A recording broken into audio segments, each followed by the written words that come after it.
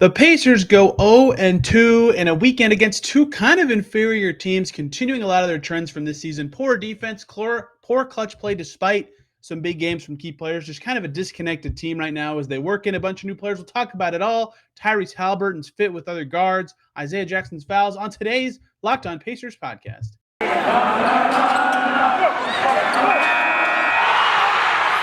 You are Locked On Pacers, your daily Indiana Pacers podcast, part of the Locked On Podcast Network, your team every day.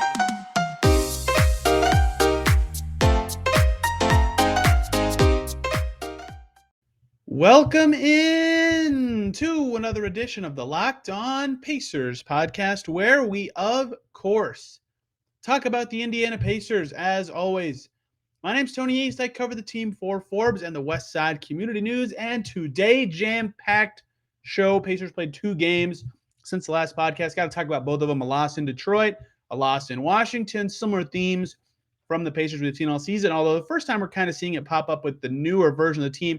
Terrible clutch play, terrible defense caused them to lose against two, on paper, inferior opponents, despite getting pretty big games from some key guys. Brogdon had an excellent weekend. Goga Bitadze had a career high. We'll talk about all that. I want to talk about Tyrese Haliburton more, talk about him all the time, but I'm seeing a lot of talk about his role, his touches with Brogdon and Hield on the floor. What's going on there? I have a lot of thoughts there because it's been a little interesting seeing how those three in particular share the ball. And at the end, I want to talk about Isaiah Jackson's fouls, a hot topic in Pacerland right now as he has another rough foul game and only plays 8 minutes in this game that just happened against the Wizards a couple hours ago. The weekend that was.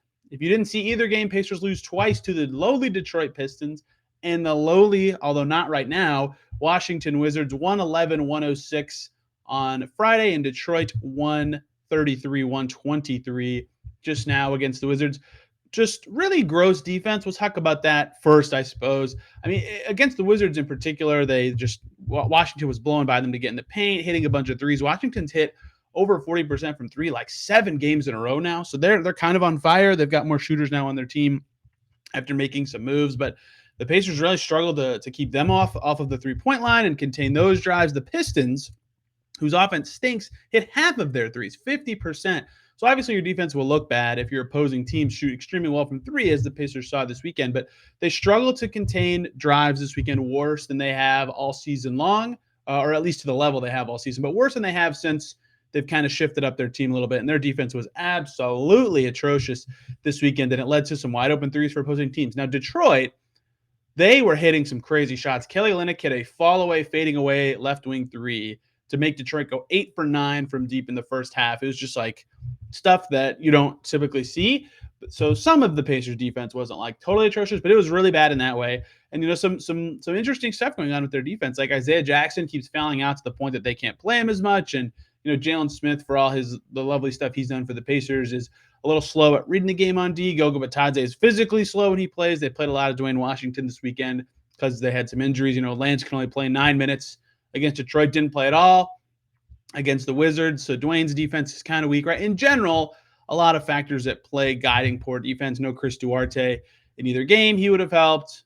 But they've got to be better on that end of the floor if they want to improve and kind of establish the identity that they want to see next season. That's something that I've talked about on a couple shows, and even guests have come on and talked about, is like their defensive identity is just completely gone. It has been for a couple seasons now, really. But just to see it on display against two lowly teams, and I know that for the Pacers, losses aren't the end of the world at this point in the season, but if they want to build on something, they have to know what they are, and being so atrocious against two lowly teams makes it really hard to evaluate what they have and what they can be. So their defense just has to be better. And whether that's acquiring more talent at some point, hiring more defensive coaches or something, they just need to get better on that end of the floor, because this weekend, everybody struggled. I mean, even their good defenders, O'Shea Brissett had some nice defensive moments, but really struggled. Isaiah Jackson had the stats that looked good on defense, but it fouled a bunch like crazy, right? Like they just couldn't quite put it all together on the end of the floor, and it really cost them some games. And what else caused them some games is some crunch time woes. We'll get to that in a second, but let's go bad cop, good cop, reverse style. There was some actually good stuff that happened for the Pacers this season that they'll hope can continue going forward. And first and foremost, Malcolm Brogdon. 27 points just now against the Wizards against Detroit. He had 26 for a total of 53 this weekend. What stands out to me about Brogdon recently, 36 free throw attempts his last 3 games. He has been killing it driving to the basket, drawing those fouls, getting to the line to have these efficient games. He's been wonderful guiding the Pacers offense of late, which has been really helpful for them. I mean, they've had some struggles shooting the ball recently. In general, with guys in another lineup, they've been struggling to have some continuity. Buddy Hield's cooled off. They've needed someone to be that spark plug for them on offense, and it's been Malcolm Brogdon recently. 2 fantastic games this weekend to follow up his season-high 31-point performance that he had last week. He's been excellent for them as a scorer. Tyrese Haliburton, excellent as a passer, 18 assists in his 2 games. He had 15 just now against Washington. Definitely his worst offensive scoring game as a Pacer against Detroit on Friday with only 8 points. And then I'll talk about a little bit of that game and what's going on there. Someone else who finally bounced back this weekend, Dwayne Washington, who's really struggling. I asked Carlisle about that before the Detroit game, and he said, I didn't know Dwayne Washington was struggling. If you listen to this show last week, he was shooting 29% his last 10 games prior to this weekend against Detroit on Friday. Shoots 50%. It's half his threes, 16 points. They needed all of them with Lance ailing, with Duarte out. They needed all of them for that bench to even be kind of good. And then against the Wizards tonight, 3 for 4 from deep for 11 points. The Pacers bench was much better than their starters this weekend in terms of effectiveness in beating the other team. And, you never want to talk about single game plus minus too much unless you can tell a player directly contributed to that. And Dwayne Washington was a big factor in that. And the biggest plus this weekend for the Pacers, Goga Bitadze's best offensive game of his career, maybe his best in total game of his career.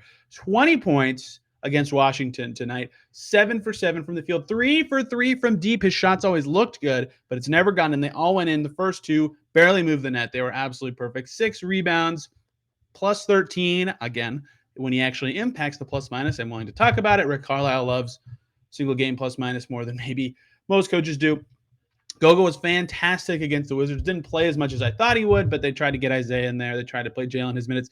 So he played about half the game and still had 20 and 6. Very, very good Goga game. And as they try to figure out what he is, having more games like this will get him more minutes. And I still think he should be playing more than he is, even though he hasn't been perfectly fitting with the Pacers' new core. The Pacers need all those data points, all those evaluation points to see what he can be. So to see him have a great game like that, especially after he had some stinkers last week, was big time. He was hurt against Detroit and didn't even play. So returning from those injuries, especially after a poor game against Orlando last Wednesday, probably his worst of the season, to follow that up with his best of the season is at least encouraging for his prospectus with the current core of the team. He is under contract for next season. We'll see where that goes and things like that. But as the Goga Grove leader, because I have been telling you guys that I still think he has a future in the NBA, seeing games like this is kind of why, right? He's shown in the G League he can shoot. He's got good defensive instincts, just a little slow. Like, I understand that. It's definitely a problem with this new team that plays fast and random in cuts because he's such a rule follower. I've talked about all this a million times, and I could do another segment on it today. But this is the kind of game that kind of gives you the promise and shows fans what he can be, right? He hits all his threes. He does well ducking in around the basket, hits some shots with fouls, plays good defense. A very good performance from him, and one that he'll hope to build off of in their home game on Tuesday, because after Tuesday's game, the Pacers have a really long gap off. They only played 2 games this week. The Big Ten tournaments for men's and women's sent them on the road this week and will next week as well. So only 1 home game and then a big gap and then a couple more road games. Hopefully, that those practices and that time can help guys like that bounce back to being the bad cop for the Pacers this week. Stuff that has plagued them all season that I talked about earlier, bad defense. Another thing that's plagued them all season is terrible clutch play. Absolutely atrocious. One of the worst clutch teams in the league this season. Horrible in both games, really. Against Detroit, they were up by 6 points against Detroit with 2:37 to go.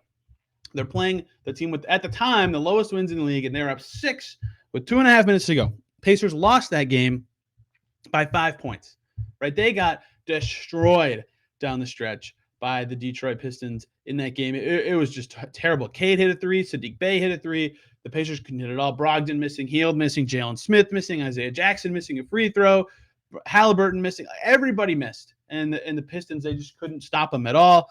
Everybody has talked about all season they don't have a closer, and yeah, they don't really. The Pacers don't really have a closer. But I have been preaching their defense in the clutch is their biggest problem in those situations, and it certainly was against Detroit, who just blew the doors off of them in the final 2.5 minutes. 2:37 to go. You're up 6, and the Detroit Pistons only have 99 points. They finished with 111. They scored 12 points in 2.5 minutes. That's atrocious.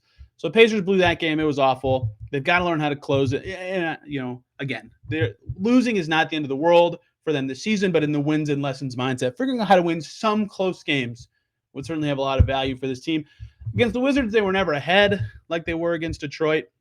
In the second half, at least they had a small lead in the third quarter. In the fourth, they were always down, but they got it down to 3 two different times with about 5 minutes to go, with about 2.5 minutes to go, and were unable, again, to get the stops to come back, right? They cut it to 3 at the 5-minute mark. Then they actually got one stop from that point before the Wizards scored again, and then the Wizards scored again, and then the Wizards scored again. Suddenly it's a 7-point game. They get it back down to 3, and then the Wizards immediately get an alley-oop to Porzingis. They only had a chance to tie it, I believe, twice down the stretch of that game. And then again, when you're down 3 with 2.5 minutes to go and you lose by 10, similar to the Detroit game, the final stretch, they just cannot get a stop to help them have a chance to have that game tied. They had a one chance against the Wizards to really make it seem like a closer game than it was. Their defense was just terrible. They can't have Isaiah out there because of his foul trouble. O'Shea Brissett's been off offensively, so it's tougher to stick him out there, even though he was in for some of those clutch situations, right? They just can't have the right groups in there, given some inconsistent play that they've had, and it really bit them in the butt. So really tough weekend for the Pacers in the win-loss column. They got the lessons, right? They found some inconsistent play that was in their favor. They found some inconsistent play that was not in their favor. Malcolm Brogdon is excellent. They'll hope that they can build off of some of those trends in a positive way going forward. Again, they only have one game in the weekday span of this coming week. It's really fascinating. They've played the second most games in the league, I believe. To this point, they play the Cavs on the 8th, which is Tuesday, and then they don't play again until Saturday against San Antonio on the road. They have immediately a back-to-back after 4 days off, but it's very rare to see that big of a gap between games.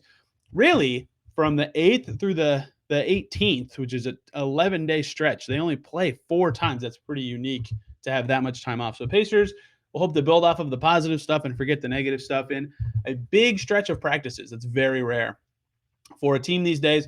We'll see what they can do with it. Let's talk about something that everybody's talking about. Tyrese Haliburton's usage with Brogdon. I talked about it after the first game they played together and the second game they played together. Now we have a little more substantial of a sample. Haliburton's played over 10 games now with the Pacers, 10 exactly games with the Pacers. Buddy Hield's been with the Pacers now for 10 games. It's crazy that how fast this stuff all comes together. We're getting a little bit more of a sample of how the usages for these guys will all break out. So let's talk about that. But first, a message from the good folks over at Built Bar, who are making the best tasting protein bars ever. Tons of Locked On Pacers listeners have told me on Twitter that they love them, or they have a flavor that they love that they keep trying and going back to. You've got to try them. They're the best tasting protein bars out there. The ones you get in the store, just don't cut it. Built Bar are 100% covered in chocolate. I eat them all the time. There's a really good peanut butter brownie flavor. The cookie dough flavor is delicious. I talk about those two all the time, but there are so many. There's something for everybody. There's like fruit flavors. There's white chocolate, cookies and cream, coconut almond. There's something for everybody. What makes them awesome, besides that they're delicious, and again, 100% covered in chocolate, is they're healthy, low calorie, and high protein. Great for replacing a candy bar, good meal substitute, good snack, whatever you want to do, you can use it. They've got the macros for all the health right on their website, but most of them have 130 calories, 4 grams of sugar, 4 net carbs, and 17 grams of protein. Go try them yourself. Go to built.com. Use the promo code LOCKED15 and you'll get 15% off your order. That promo code again, LOCKED15 for 15% off at built.com. Thank you, as always, for making Locked On Pacers your first listen every single day. For your second listen, why not go check out Locked On Wizards to hear how they beat the Pacers and how Kristaps Porzingis looked in his debut for Washington on Sunday. Pretty cool to see him playing against Rick Carlisle in his first game back. Hot topic discussed amongst the Pacers. Every time Haliburton's done media, we ask him about playing with Brogdon. We ask Brogdon about playing with Haliburton all the time. Buddy Hield shooting a lot. The usage of those guys is discussed ad nauseum with the players, by fans, by me, and other people covering the team. And I think a lot of people have the opinion that Haliburton needs the ball more and needs to be in situations where he is the guy more. And so first of all, on the Pacers roster in general, doesn't matter who you're talking about, Haliburton should lead them in touches, I think, every single game.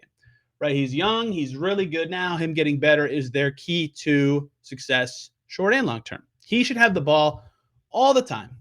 So there's something going on where, he talks about being more aggressive, right? Tyrese Haliburton knows that when he has the ball, he is sometimes looking to pass almost too much. He needs to look at the basket more, try to shoot more, try to just be a guy who can score more often. He knows that. But I think in general, that's getting lost in this is that's where the problem, if there is any, I'm putting air quotes around problem there, kind of pops up with Haliburton on this roster because the discussion is like, okay, Brogdon's having the ball all the time. He had a huge weekend scoring, and like Buddy Hield shot 35 to 40 times. I don't know the exact number this weekend between two games. Like, should Haliburton be taking those shots? And like, yes and no. He has the ball more. So I think this is what people are not catching with Haliburton, right? And so in his 10 games now with the Pacers, Tyrese Haliburton has 97.2 touches per game with the Pacers. When Brogdon plays, it's only 5 games now. We don't have stats for the 5th game yet, but when Brogdon plays, that number is 91 touches per game. So 6 less. That's not that crazy to me. That difference doesn't matter, right? That's not like taking away from his development. In fact, learning to play with Brogdon or a good guard is part of that development. So I'm actually very okay with that. It's not like his touches go that drastically down when playing with Brogdon and Hield. Brogdon, since returning, has played in the first 4 games, 74.5 touches per game, basically 15 less than Haliburton. There's this myth that like he's taking too many touches away, like Buddy Hield at 75.4, right? Those guys aren't touching the ball more than Brogdon, or more than Haliburton, excuse me. They're not touching the ball more than him. That's not happening. What's happening is, and Haliburton said this himself when he says, I need to be more aggressive after a couple games, is that he doesn't shoot it as much as they do, right? He doesn't finish plays as often. He's a fantastic passer, better than both of them, but he doesn't shoot it as much, right? Field goal attempts per game since the trade deadline. So I guess the game after Atlanta. So Cleveland on 211 through this weekend. Haliburton's at 13 shots per game, only 2 above O'Shea Brissett, which like O'Shea's playing fine, but he should be shooting more than that. Brogdon and Hield both above 17 shots per game. That's 5 more each per game. That's where I'm a little more receptive to what they need to kind of even those numbers out. That's what I think. So Haliburton is touching the ball the most, and he should be. He's their best passer. The assist numbers, he easily has the most of anyone on the team since the trades, since whatever time you want to go, right? He has 9.5 assists per game. This is prior to, actually, this does include the Orlando game. 9.5 assists per game for him since the deadline. Buddy Hield at 5.4, Brogdon 5, right? He's definitely the best passer, but he's just not shooting as much as those guys. And that's where I think people are kind of getting confused and weaving in what he isn't doing. So in general, I got to get a little more specific in a second. In general, I actually think what they're doing is mostly good, right? Haliburton has the ball a lot. He's able to create and kind of run the show. Brogdon and Hield are shooting a little more than him, but they're not touching the ball too much. And I think that is fine. I think that Cosm is good, but I would be trying to get Haliburton more shots. He's playing more minutes than Brogdon. Hield's playing a ton of minutes, whatever. So I think of those 3 guys, because those are the guys touching the ball the most by a mile on this team, what needs to happen is the touches are probably fine. Maybe a few more to Haliburton is good because they're trying to develop him. But I think they need to funnel more shots and really make Tyrese focus on shooting and looking at the rim a little more. And to that point, Brogdon after this Detroit game, or excuse me, this Washington team, just said something very interesting. When asked about getting to the free throw line more, I asked him this question. He said, I've been moved to the 2 spot. He included that in his quote. And that was very telling how he views what his role is now, that he's kind of asked to be more of a scorer and less of a creator. That might play into him shooting more, and he's been playing very efficiently since Tyrese Haliburton joined the team. He's always been kind of good when he's got a dynamic backcourt partner. So I think it's interesting that he views that he's been moved to the 2 guard and feels like he needs to be more of a scoring role. And that's fine. He's not playing poorly. It's not a bad fit. He's barely 5 touches per game. It's nothing taking away from Haliburton's touches. So I'm okay with that in a vacuum. That's all the numbers. Here's where I get a little lost is crunch time. That's when the Pacers, A, have stunk recently, and B, that is when they veer really far from Haliburton having the ball. If you watch this Wizards game, there were a ton of possessions where Brogdon or Hield were creating or even kind of doing their weave thing that the Pacers do where one of them has the ball and the other one's involved in the action. And Haliburton was the spot-up guy off the play. That happened a couple times. And that is where I get a little lost in how the Pacers are using these guards is Haliburton should be definitely more involved in crunch time. And this is just shots, so this is not the perfect way to describe clutch usage or anything like that. In crunch time, this is total numbers, including this Wizards game since the trade deadline. Brogdon has 12 shots in 5 games. Buddy Hield has 17 in 11 games, and Haliburton also has 17 in 11 games. So the Buddy Hallie thing is fine being even. Brogdon at 12 in 5 games. I just think that needs to be, again, like the other thing, more in favor of Haliburton having more touches. He leads them in assist in clutch time, and he has the most shots there. I'm not like totally taking away from him, but in this game that just happened against the Wizards, Haliburton shot one time in the last 5 minutes of the game. Buddy Hield shot 5. That includes getting fouled. Brogdon was at 3. That needs to be more balanced towards Haliburton. And maybe I'm too much recency biasing that, or confirmation biasing, whatever you want to say. But they need to have him more involved in the crunch time offense. That is something I would definitely say. I think using Buddy Hield more as just like a floor spacer and chaotic random guy would be better than having him be the guy shooting 17 times in crunch time, because he's a great shooter, certainly, but not a guy that when defenses are lasered in on him is going to be this awesome creator. He got blocked twice down the stretch of this Wizards game, right? Brogdon played pretty well at the end of that game. So I think that is where Haliburton has been kind of squeezed out of touches the most, is when the game gets close and it's very late in the game that he hasn't been getting the ball as much. That is where I think the Pacers need to reflex a little bit more towards him getting the ball more often, being asked to run the offense more, because they have gone a little bit more away from the ISO ball stuff that they were a little more invested in earlier in the season, especially when Karis LeVert was on the team. And that I think is a decent change, that they're opening up a little more turnover proneness that has actually shown up in these last couple of games. But they're going away from that a little bit. And since Haliburton is a good offensive reader, is able to read second, third defender rotations. I don't know why I said rotation so strangely just now. I think that's a guy who should have the ball more in crunch time to be able to create for himself and for others instead of being relegated to off-ball roles. So in general, I think the narrative that two other guys, Brogdon and Hield, are, taking away from his development, or this isn't an equitable ball sharing situation, I don't think that's true. I think Haliburton gets the right amount of touches. Obviously him getting more is good for the Pacers situation and what their future looks like it's going to be. He is certainly going to be with the Pacers. I never say certainly, but he is almost certainly going to be with the Pacers for the longest time of those three players. He's the youngest. Investing in his development long-term especially makes way more sense, right? So him having the ball more is obviously good. What they're doing right now is not bad to me, though, except for in crunch time. That is when the numbers fall apart and bear out that Tyrese Haliburton needs to be more involved. That's my take on all that. I think we've seen a little too much, word mumbo jumbo scramble from everybody on what's really going on. So in general, over the course of the game, I think it's going well. In fact, really, only one time, maybe it happened again in the Magic game, or excuse me, in this Wizards game, because touches have not been uploaded for that game on NBA.com yet. But there's only been one game that Brogdon played where he had more touches than Haliburton. That was the Detroit game, and it was only 79-72. And Buddy has only had more touches. Buddy Hield has played. That was Buddy Hield. Buddy Hield and Haliburton with the Pacers. Buddy's only had more touches than Haliburton once. That was the Detroit game. And that was also the only time that Brogdon has had more touches than Haliburton. So I think they're going a little bit away from Haliburton in recent games, ironically, too, when you look at the numbers. But really, they've given Hallie the reins the most often. I say Hallie because that's just how I type it in my notes. I shouldn't abbreviate his name. I think he's gotten the ball the right amount. Maybe a little more would be nice. But in general, I think they're doing a good job spreading that wealth. What needs to happen is, one, Haliburton needs to shoot the ball a little more, be willing to look at the rim and get points on the board. And two, in crunch time, he needs to be running the show, because Brogdon has recognized, I've been moved to the 2. So let's talk about one more thing today. I want to move on and pivot to Isaiah Jackson fouls and his minutes, because this has been a big problem for the Pacers in recent games and just in general. For Isaiah Jackson, let's do that. Let's also talk about, though, the great folks over at BetOnline.net, because football might be over for the season, but basketball is in full steam ahead. March Madness going crazy. Indiana playing in the Big Ten Women's Championship game was awesome this weekend. It was very fun to see them in Gainbridge Fieldhouse. Pro Hoops going crazy as well. Big Ten tournaments coming up. All the tournaments are coming up for the men's.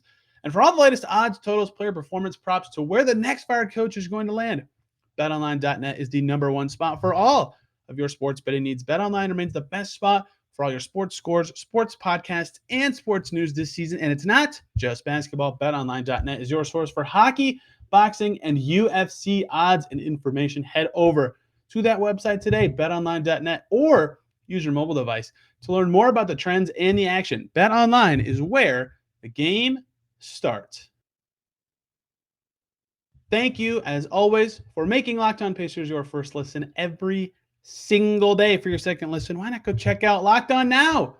All of us hosts breaking down the latest games in action around the NBA straight from the local coverage angle. I obviously did one for Pacers Wizards tonight. Isaiah Jackson fouls. Big Big problem.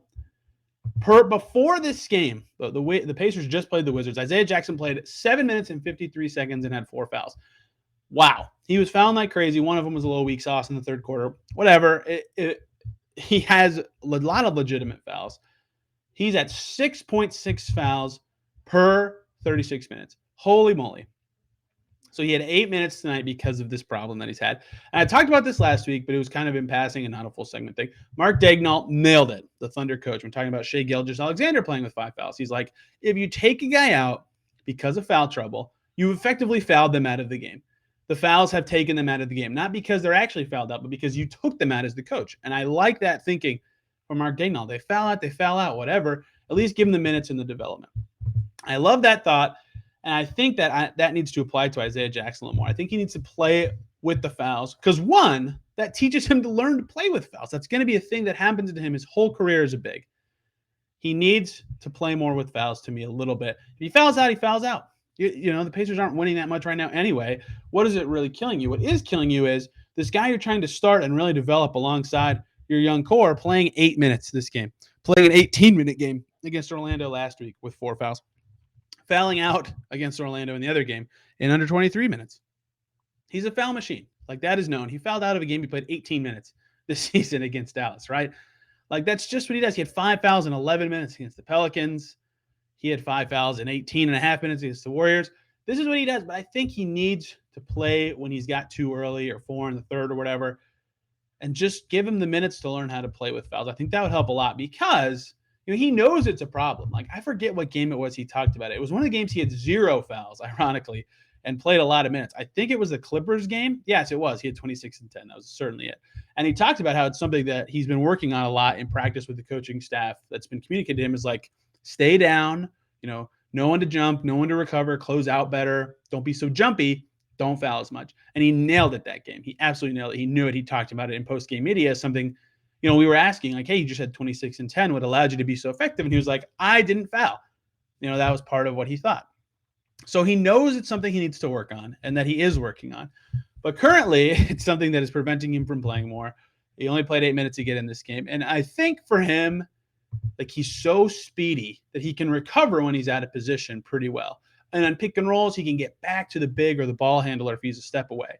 And that's good. But sometimes because he's able to do those things, he tries to do it when he's a little out of position, and that causes him to foul. And his closeouts, he's too jumpy. That causes him to foul. That's something that'll be easier learned. But to me, if his defensive positioning was just like 5% better, his fouls would go way down. Because then those recovery fouls where he's flying across the lane, or he's darting from the weak side, or he's darting back after a pick and roll situation, he would foul way less because he would be in a better position starting before he comes back. And adding a little muscle will help too, so he doesn't get pushed off the ball and look weaker in those exchanges, and that'll help as his career grows. But he's got to work on the fouling, and I think defensive positioning will help a lot. And when Dan Burke was here, this is a long time ago now, really.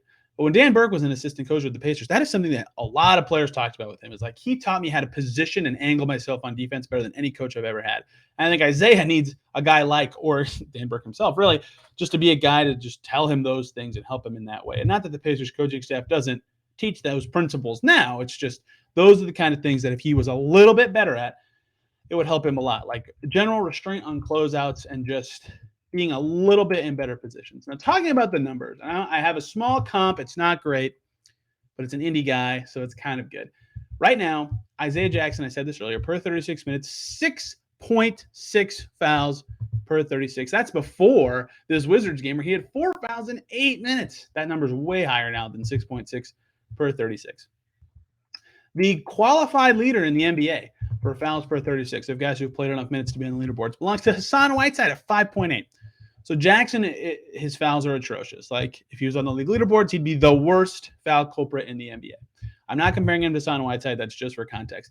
Here's a guy whose name I do want to bring up in this context, and that is Indy native Jaren Jackson Jr. This was his biggest problem for forever with the Grizzlies, and he got a lot more playing time there than Jackson got here for a ton of reasons, but he was a foul machine. 5.2 per 36 as a rookie, 5.1 as a sophomore, 5.9 in his third year. Jumped way up that year. He got hurt after 11 games, so a little bit of small sample size there. Finally down this year to below 4.5. It took him forever to get better at this stuff. And he has not similar skills on defense. He fouled out 6 times his rookie year. Jaren Jackson did his sophomore year. I keep saying rookie and sophomore, like freshman. I don't know why I'm combining this. His second year, he fouled out even more than that, 8 times. Excuse me, yeah, 8 times, right? So it takes guys who are talented defenders and sort of rangy defenders at that position with that skill set. Because Jaren Jackson Jr., wonderful blocks guy, good pick and roll defender, still a little skinny. They're not comparable players. Jaren Jackson Jr. is much better, but their defensive skill set isn't like so crazy different. And it took Jaren Jackson Jr. a while to really put it all together. And I think it could take Isaiah Jackson that long, but he's got to play to learn. Like Jaren Jackson played way more minutes than Isaiah is, even in foul situations. Isaiah Jackson this year, 12.2 minutes per game. Jaren Jackson was over 26 his rookie year. So I think Isaiah's just got to play more. Something else about him not playing, ironically now, which is funny, is when he's out, because he's fouled out, Rick Carlisle is very frequently turning to Jalen Smith. And then Jalen Smith comes in and plays good, which makes his value higher and makes it harder for the Pacers to keep him. Like, it's like a double-edged sword. No matter who you have out there, it's hurting your development and hurting your future. It's also just taking away data collection time to see who Jackson fits well with. So, look, he's awesome on defense. He's very talented on that end of the floor. Super rangy, super jumpy. Like, he's going to be one of the best, I'll say 25 defenders in the NBA at his peak, I'll say. I'm really high on Isaiah Jackson, if that isn't clear. But he's got to be better at defending without fouling. And he knows what he has to do it, or else he wouldn't have talked about it after his best game of the season. And I think the coaching staff has to be a little more willing to let him play through those situations, both so he can get better at playing in those situations and so he can just play more. So I think these are things that will help him. I think these are things that will help the Pacers be a better team in the future. And we'll see where it goes, but it's definitely his biggest downside and something that's really killing the Pacers in these recent games. Cleveland tomorrow. Chris Manning's going to join us tomorrow to talk about the Cavs. Not necessarily too much about this specific game, but how the Cavs are making 2 big lineups work, something the Pacers couldn't do for years and years. How the Cavs are looking because the Pacers own their first-round pick, and just in general topics about the Cleveland Cavaliers in the Central Division should be fun. And then I have a lot of guests lined up for late this week because the Pacers have a cool gap, so you don't want to miss that. Thank you guys a ton for listening today. Hope you had a great weekend, and we will see you tomorrow.